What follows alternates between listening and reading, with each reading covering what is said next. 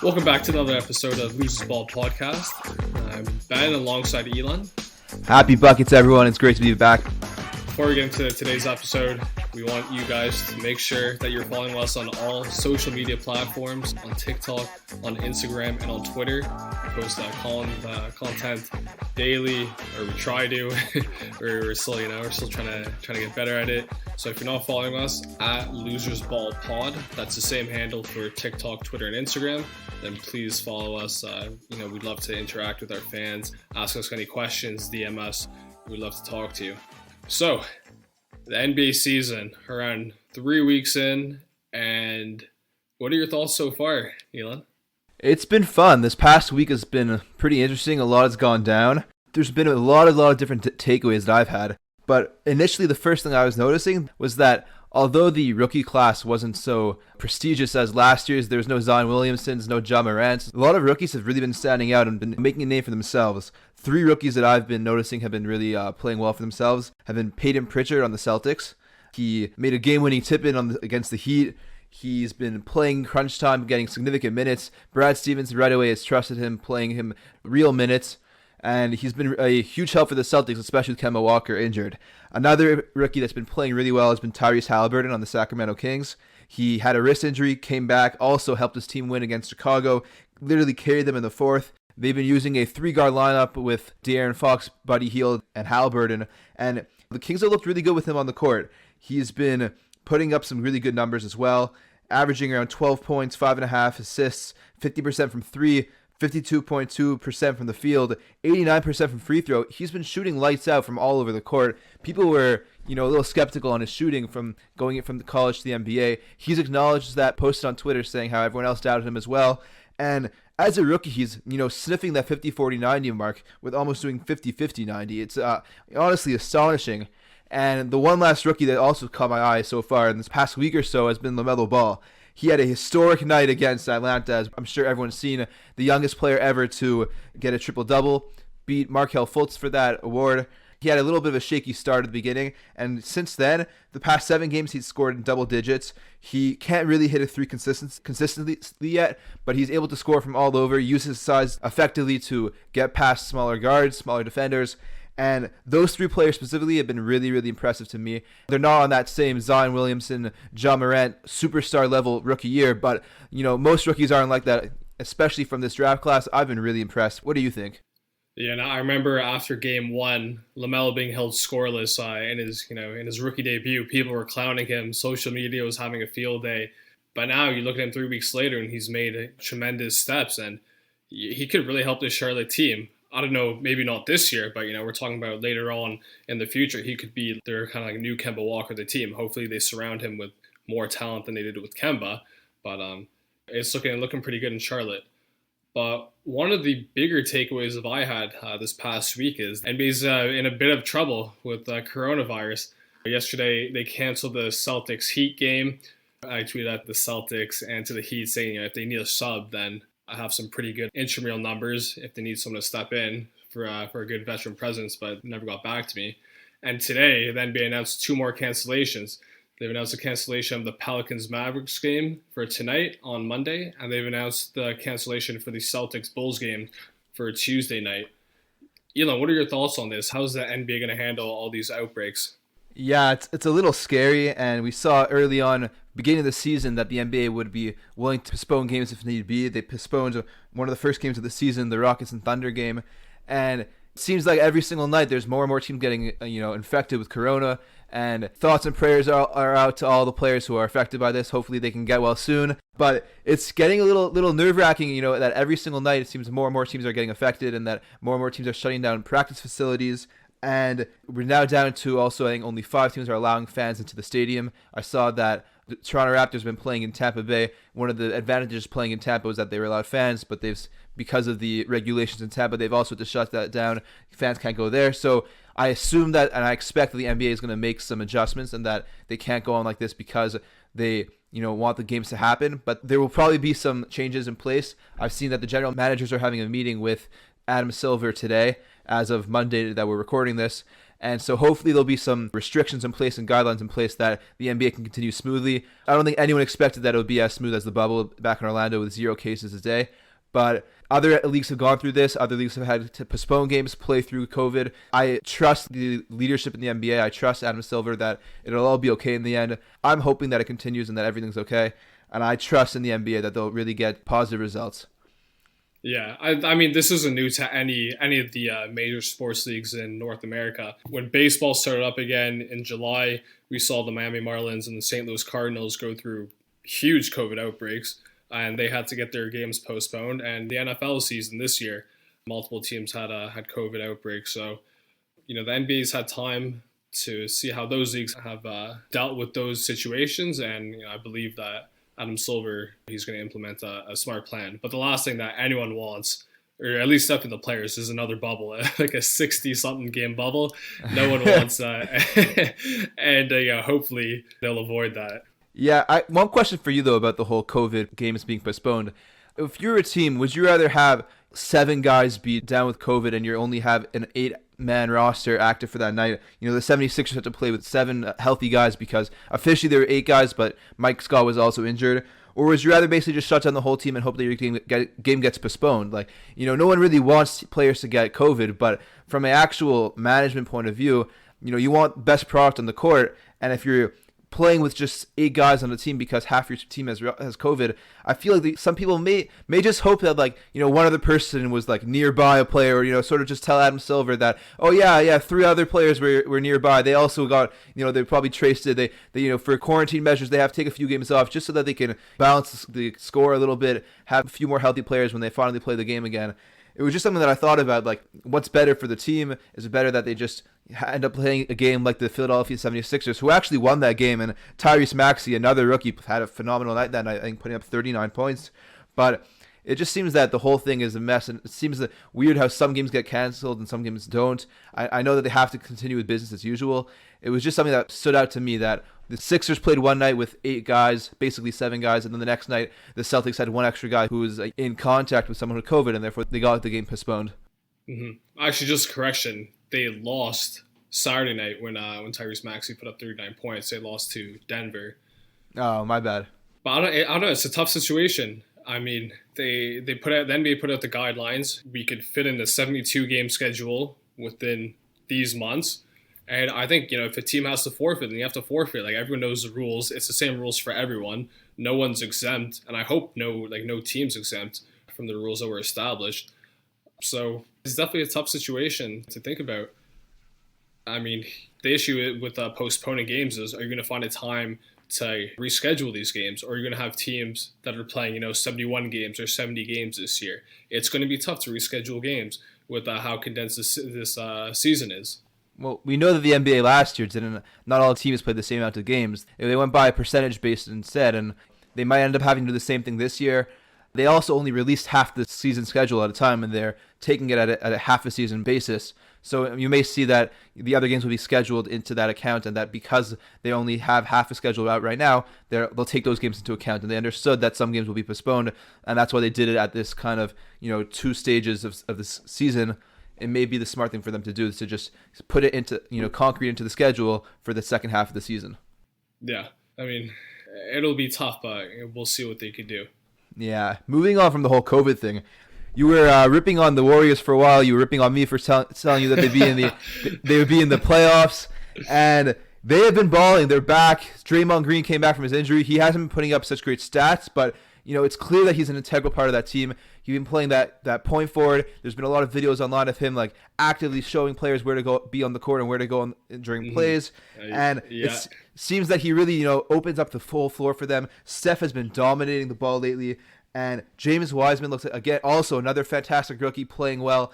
Everyone was getting a little bit on edge for them at the beginning of the season, and I had them in making the playoffs during our prediction episode, and I still have them make the playoffs now. It looks like they're back. They're 6-4 now, 2 games above 500. What are your thoughts on that? I mean, when you open up the season against 2 of the projected top teams in the East, when you open up the season against Brooklyn and Milwaukee, and you get absolutely smacked, I think my concerns for Golden State were pretty legit. But down the line, they're looking pretty good. I wouldn't say they've had too many wins against great teams aside from their win against the Trailblazers and the Clippers in both back-to-backs.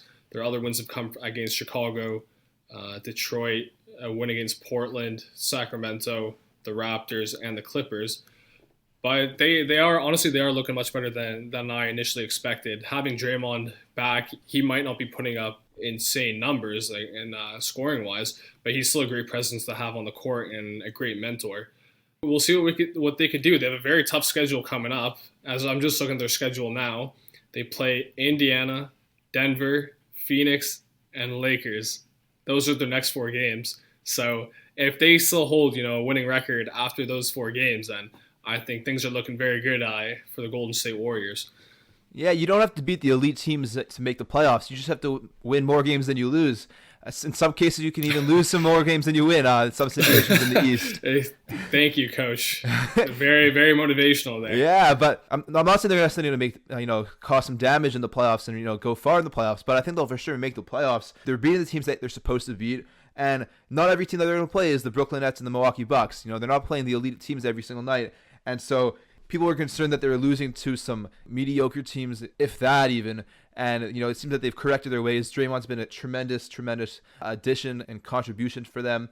And we saw that stat earlier the week in that Kelly Oubre has been awful from the three-point shooting this year. And that if you took away all of his three-point shots from the season, their team would actually go from 19th overall in three-point shooting to 4th overall. So, again, there are flaws. Some players aren't performing as well as they should be. Kelly Oubre is shooting less than 14% from 3, shooting .751 on the season.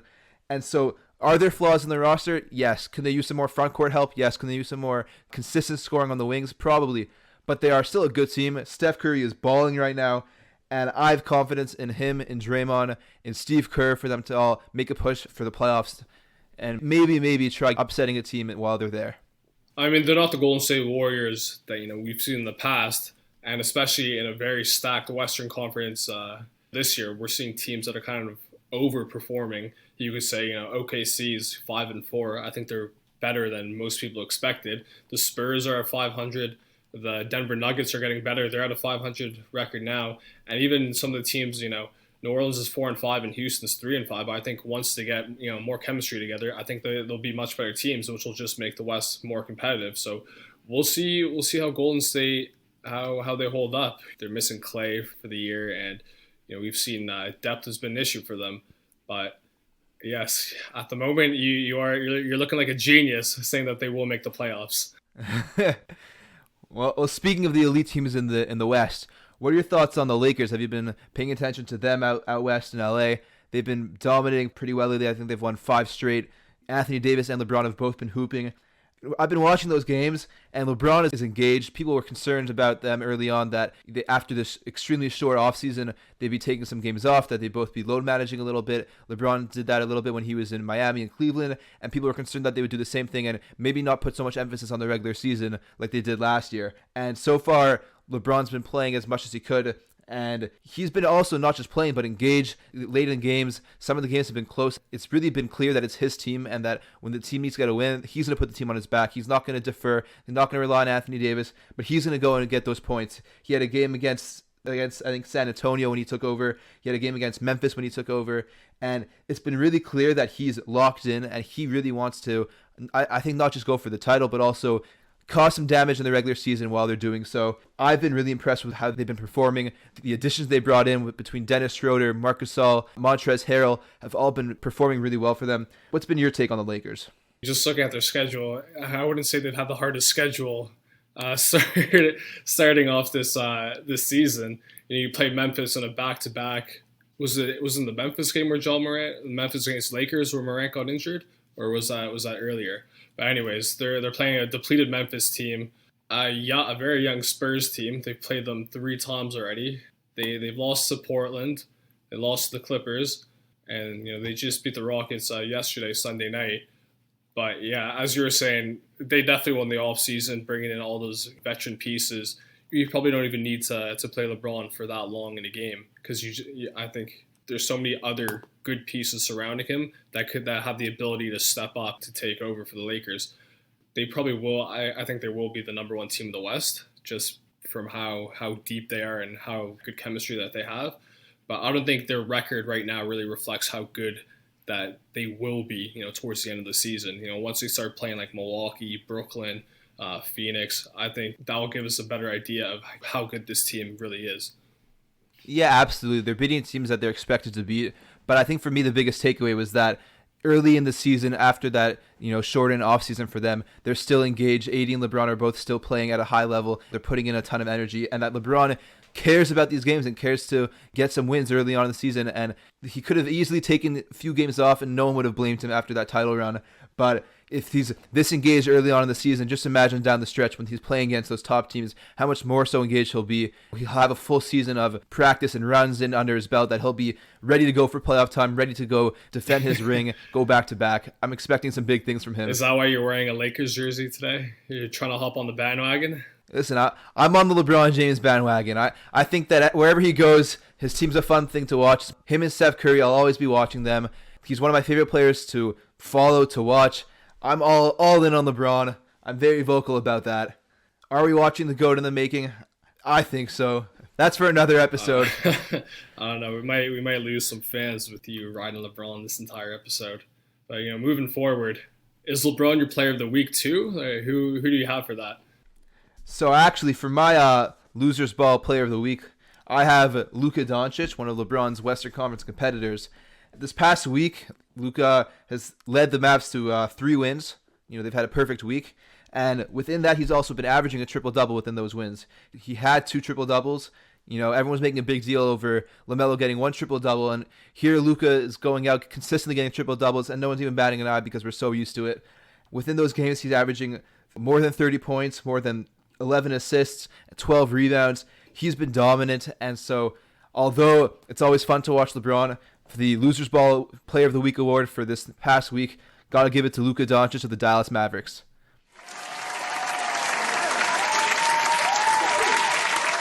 Luka, check your mail. We'll send you the award. It should get there soon. But yeah, thanks for giving us your. Luka, if you want to come on the episode to accept the award, we're accepting interviews and guests. So please don't hesitate to reach out to us at Losers Ball Pod. We'll have to fit you into the tight schedule that we've got, but I'm sure we can make it work. Yeah, we'll try to do our best. But you gave your player of the week. I'll give you our scrub of the week. It's going to an LA Laker who's averaging less than an assist per game and is currently injured. But just because he's injured doesn't mean he's not dropping dimes. Jared Dudley hooking up a fan, the Jared Dudley jersey on Twitter. This fan wants to spend his stimulus check in the States towards the Dudley jersey. Dudley said, hold up. Send me your contact info and I'll send you a Dudley jersey. So he gets the scrub of the week. My guy, Jared Dudley. Congratulations, Jared. Here on Losers Ball, we look out for all players. Whether you're making assists on the court or off the court, we appreciate everything you do. And if you're a scrub on a team who thinks you can get the Scrub of the Week award next week, feel free to give us a shout out also. And we'll, if you want to give us a shout out from the bench, hold up a little Losers Ball sign from the bench. We'll make sure to catch it. We'll give you the award. Losers Ball merch coming soon if you wanna model for us. So Ben, along with a lot of the fun games happening, and Luka's been balling, Jared Dudley's been getting assists off the court. There happen to also been a lot of injuries that's happened within the past few weeks. We saw early on Spencer Dinwiddie got injured for the season, and then Markelle Fultz, after having a great resurgence in his career, also got injured, tore his ACL after the season, and now we recently heard the news about Thomas Bryant, who also tore his ACL and out for the season. And there's been some minor injuries along the way, but it's been really, really painful to watch all these players go down. Our thoughts and prayers are out to these players, but what can you make of these injuries? What are your thoughts on it? Well, I mean, the Thomas Bryant one really hurts Washington. There's lots of trouble, in Washington. We're not even just talking about the Capitol. We're talking about the team. This season for the Wizards, we had really high hopes coming into the season. We both thought the Wizards were going to make the playoffs. You had them, I think, you had them in the 6th seed, I believe. And yeah, sometimes I make predictions and they go well with the Warriors. Sometimes I'm just off and I say the Wizards will be the 6th seed. Yeah, you win some, you lose some. I had them in the Eastern Conference, in the play-in tournament. But at the moment, that doesn't seem like it's going to happen. Washington's sitting at 2-8 right now. They're in big trouble. And you said last week, your hot take of the week was that Scott Brooks was going to be fired. during the season or at the end of the season? I said during the season. During the season, well, that's not really a hot take anymore. People are reporting that he's on the hot seat right now. That if something doesn't change there, that he's going to have to find a new job. And personally, I think it's going to happen very soon. This year for Washington, it looked like it was going to be a bit of a trial run. You traded John Wall for Russell Westbrook. You kind of have a less injury-prone player who still gets injured, if that's fair to say. He's out now with a quadricep injury. He's out for a week, I believe. And things aren't looking too good for Washington. And the Thomas Bryant injury definitely does not help. And the way that I see the Wizards right now is they're kind of in like this weird stage where they have, very young pieces and all-stars on their team. Kind of reminds me of when LeBron left Cleveland, went to LA. He was, the superstar of the team, but he was surrounded by a bunch of young and developing players. And that year was very unsuccessful for the Lakers, failing to make it to the playoffs. The first time LeBron's missed the playoffs in God knows how long. And Washington's in that situation. So when you're looking at Washington, this year's looking like a bit of a write-off because you have great young pieces like Deni Avdija and Rui Hachimura, but they're just not ready. They're not ready yet to help make Washington a contender. So if you're Washington, if you're the front office, what do you do from here? Where do you go from this? Yeah, I didn't think that within the first 3 episodes of starting this podcast, I'd be breaking news about the Wizards, breaking news about Scott Brooks in the hot seat. But apparently the Ringer's listening to us. Apparently we're their leading sources. And so I'm honored to be able to break that news first. But I think that it's going to be a bit of a transition period for the Wizards. I mentioned this last week's episode that it's a new front office team there and that it's a new general manager, a new president. And a lot of the pieces they have there, a lot of the the coaching staff, the players that they have, were from the past front office. And I think that with Thomas Bryant getting injured for the season, with this Bradley Beal, Russell Westbrook duo not really gelling and not really putting together some positive results on the court, I really think that the Wizards are going to lean into a rebuild. There's a lot of competitive teams in the league. The league is probably the most competitive I've seen in the past however many years, since probably before the Heat era, the LeBron Heatles era.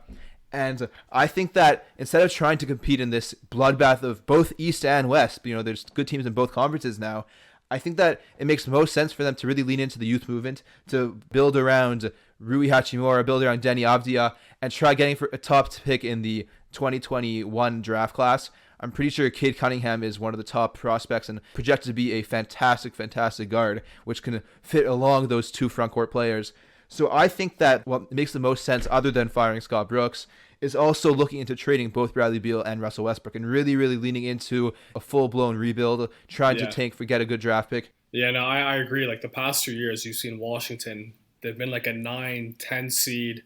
But this year, it just doesn't seem like that's going to happen. Like they've been like kind of like on the fold of, should we rebuild? Should we kind of like wait for John Wall to get healthy? What's the deal? But I completely agree with you. I think they will head towards a rebuild. And you'll see them trade Westbrook, Bradley Beal, maybe even Bertans too during the season. But Ilan, if you're the GM, where are you trying to send Bradley Beal, Westbrook, and Bertans too? That's a great question. I've mocked up 5 trades, and I think that when we were comparing notes, I think that we didn't really say the full trade, but we both acknowledge that there's a Warriors trade on the a possibility. And so I think that's first just discuss that because we both thought of that right away. And for me, I think, you probably something similar, but some sort of trade around Wiggins, Wiseman, and maybe that Minnesota top 3 protected first-round pick for this year for Bradley Beal. Bradley Beal would resolve a lot of the Warriors' issues for three-point shooting that Kelly Oubre hasn't been able to provide. It can slot him right in that starting lineup, provide some good backcourt defense to put alongside Steph Curry, and he can fit really nicely when Klay Thompson gets back also. Klay Thompson can shift to the 3 spot. He can have a starting lineup with Steph, Bradley Beal, Klay Thompson, Draymond Green, Kevon Looney, or whatever other center you can put together there.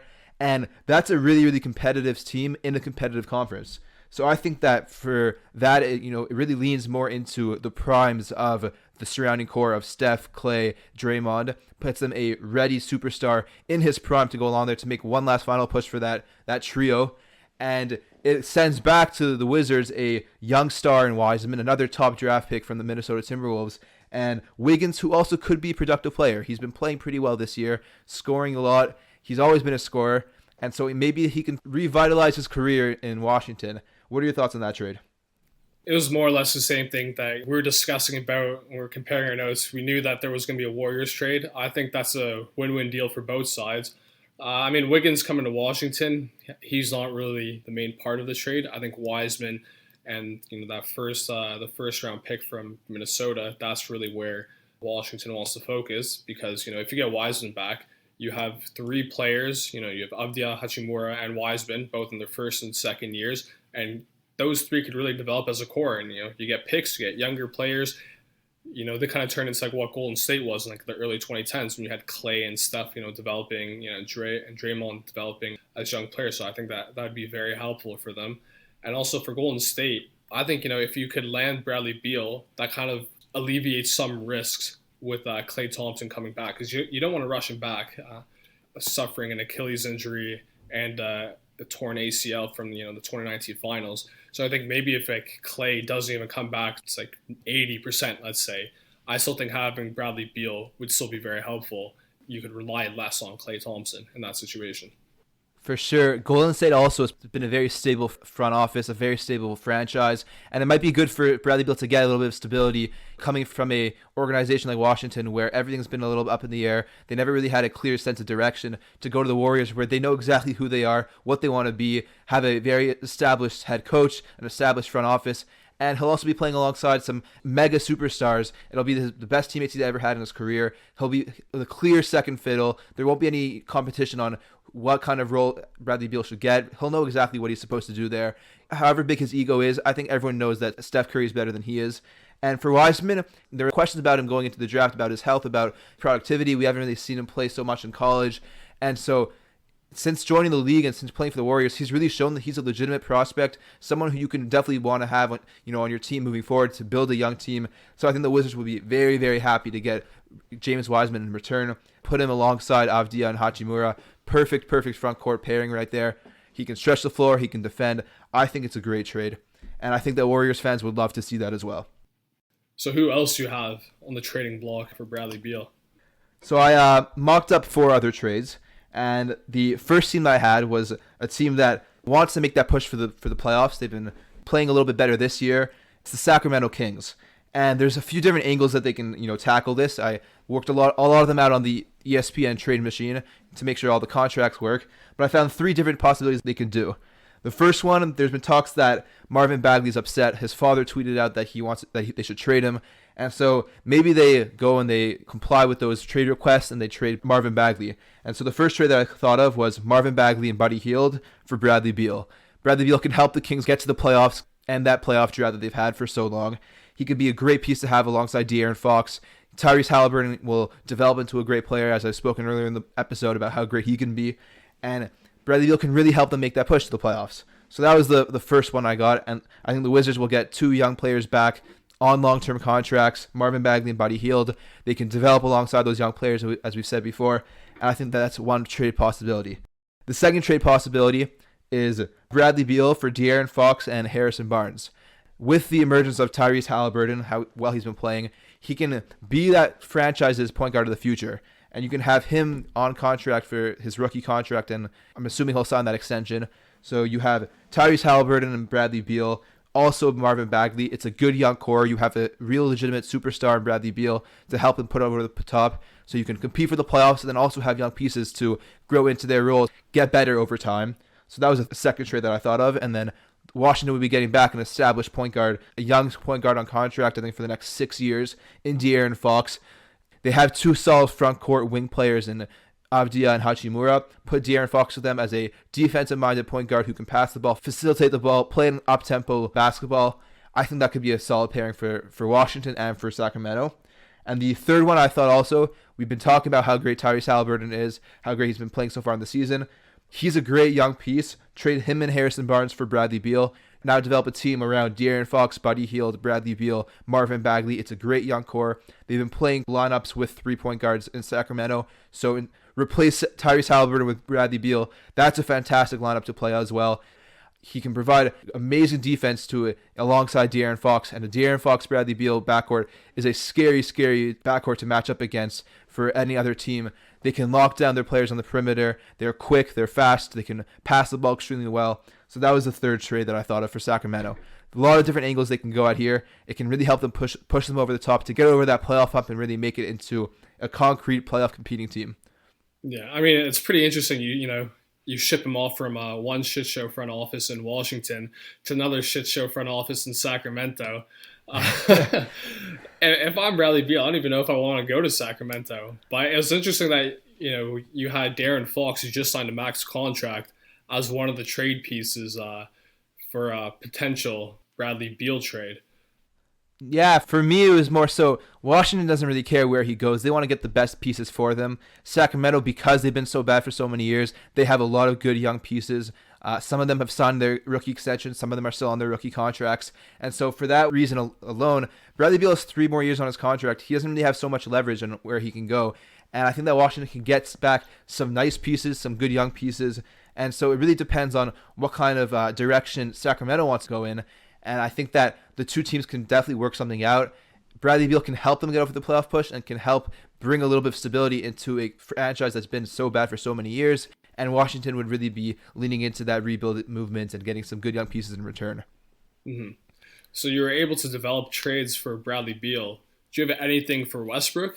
If we also assume that he's going to be traded very, very shortly and potentially being on his 4th team in 3 years?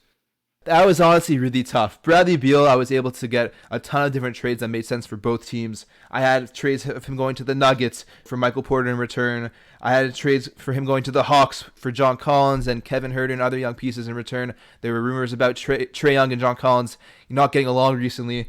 I had a trade where he went to the Timberwolves, help them get over the playoff drought for Anthony Edwards and some picks. But when it came to Russell Westbrook, it was really hard to find a trade for him. He has an insane contract, and a lot of teams are either extremely established at the point guard position and don't need a player like him, or they don't have the pieces, the assets, or the contracts to trade for him. And I was going over and over through all the different teams, what would make sense for both teams, what could each team get in return. And there's only one team that I found that actually made sense, and for me, that's the Oklahoma City Thunder. A reunion for Russell Westbrook. Initially, before I even get into the trade, what are your thoughts on that? I think maybe it feels like towards the end of his career and wanted to, finish off where he started. Yeah, that's okay. It makes sense why, why OKC would want him back. But why does OKC need him? They don't need him. Where Westbrook is now is nowhere near what OKC is planning. They're trying to plan a youth movement right now, surrounded by Shai Gilgeous and Lou Dort. How does Westbrook fit into OKC's plan going forward? I'm glad you asked, Ben, but for me, it was that for now, Shai Gilgeous-Alexander is a 2 guard. Lou Dort's been playing at the 3. They don't really have an established point guard. I think George Hill is starting for them at the 1. And so you can slot Russell Westbrook in right there. It wouldn't take away from the other young players getting into that starting lineup spot. I was thinking that to have something along the lines of Russell Westbrook for Al Horford and Trevor Ariza. No picks involved from either team. Why does OKC do this? I think OKC turns it down if there's no picks involved. It might be one of the rare trades that OKC makes, and they don't get a pick in return. But why would they do that? Because despite them being a youth movement, they know they aren't going to compete for a while, and that for its franchise and the fans that have been making the playoffs for so many years in the past, for them to no longer make the playoffs at all, they may become disengaged and no longer interested in the franchise until they get good again. And if you have Russell Westbrook there, beloved player there, you get him in the roster, there's all of a sudden more fan interest. Fans want to see him play well. They want to see him do well. They care about him. They care to watch him. He brings that energy every single game. And he can also help a lot of these young players develop. Does he have an extremely high usage rate? Absolutely. But he also has an insane mentality, a drive like no other. And when these young players are seeing this guy who's a professional show up to practice, not on time, not every day, but 3 hours early every day, it'll help them get into that mentality also on what it's like to be a professional. When he is the veteran in the locker room, it'll set a tone for all these rookies moving forward and these young players moving forward on what it's like to put in the effort to make these developments. He's a player who won the MVP and who showed these players what it's like to put in the work and get rewarded for it. And so I think that along the lines for the development for these players and show them what it means like to really put in your time for some real results in development, it'll also get those fans back engaged while they're going through this youth movement. He hasn't been helping Washington win games on his own. You put him on an even worse roster in OKC, I don't think they're going to win games either. They're going to be on the bottom of the West. They're going to get good draft picks.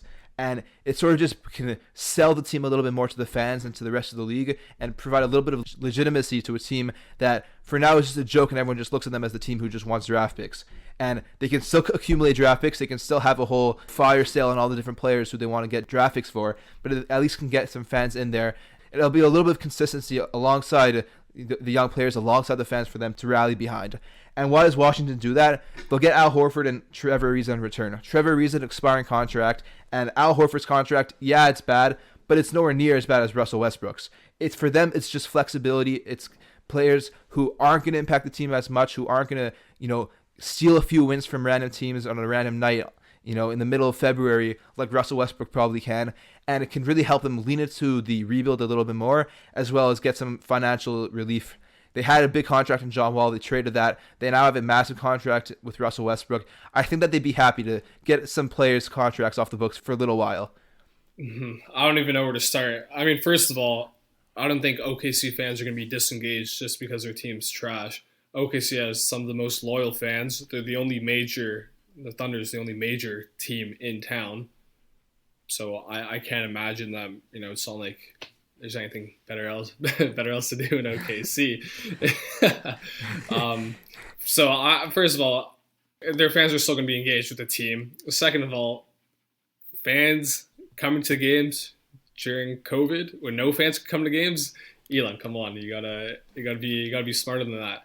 No, I'm not saying that they're going to come to the games. First off, he's on the team for the next 4 years. He has an insane contract that they won't be able to move. So, within a few years, fans are going to be back in stadiums, but you still want to have, fans tuning in to watch games on TV. You can still make a lot of money from advertising rights. And if fans aren't tuning in, companies won't pay for all these sponsorships and commercials. Yeah. So for them, it's still a smart business move. And we can also see a similar thing that happened with Chris Paul. You brought in a veteran on a star, but a little bit past his prime on an insane contract. Everyone thought it was unmovable and it was a bad contract. They got picks in order to take on the contract, and he ended up being in a situation where he can do as much as he wanted, really rejuvenate his career, and then they traded for Phoenix for more young players and picks. And so, maybe a similar thing like that happens with Russell Westbrook as well. Maybe he gets back to his superstar days and other teams will see him as a valuable piece, and then they get picks in return. And everyone knows that that's what OKC wants. That's what Sam Presti wants. So I think that could be a very valuable trade and an enticing trade for both sides. Yeah. No, I was thinking the same thing too, that the only way that Westbrook goes back to OKC is if there's like some deal in place saying like, we'll give you 1 year. This is your chance to boost your stock, and then we'll trade you. Because look, he's in the middle, towards the end of his prime. He's 32 years old. I don't think he wants to be a mentor in the middle of his prime. I think he wants to go on a contender and win. Obviously, there's really not a lot of opportunities out there for him to join a contender, but we'll see what happens. But it's very, very interesting trade proposals for Westbrook going back to where it started for him, and we'll just see what happens. We'll see how it rolls out. Listen, I broke the news on Scott Brooks getting on the hot seat. If you hear in a few weeks that Russell Westbrook might go to OKC, you heard it here first. I'm all about breaking the news before there even is news. I don't have inside sources. It's purely speculation. But I actually really like this trade for both sides. They put that down in your hot take Excel sheet. We'll have to see if that one comes true too. Thank you guys for joining us for another episode of Losers Ball. We hope you enjoyed this week's content. As I mentioned earlier in the episode, don't forget to follow us on social media at Losers Ball Pod on Twitter, TikTok, and Instagram. We're posting content. Thank you guys for following us and supporting us. If you guys have any questions for us, we'd love to do a mailbag episode, answer all your questions. We're always happy to engage with the fans, so please don't hesitate to reach out. We appreciate all you guys listening every week. And, just looking at our analytics from Spotify, we have one listener in Athens, Greece. I'm going to butcher this, but, I hope you know what I'm saying. Charumena Kuvaris Kai Antio. Have a good week. Happy buckets, everyone. Happy buckets.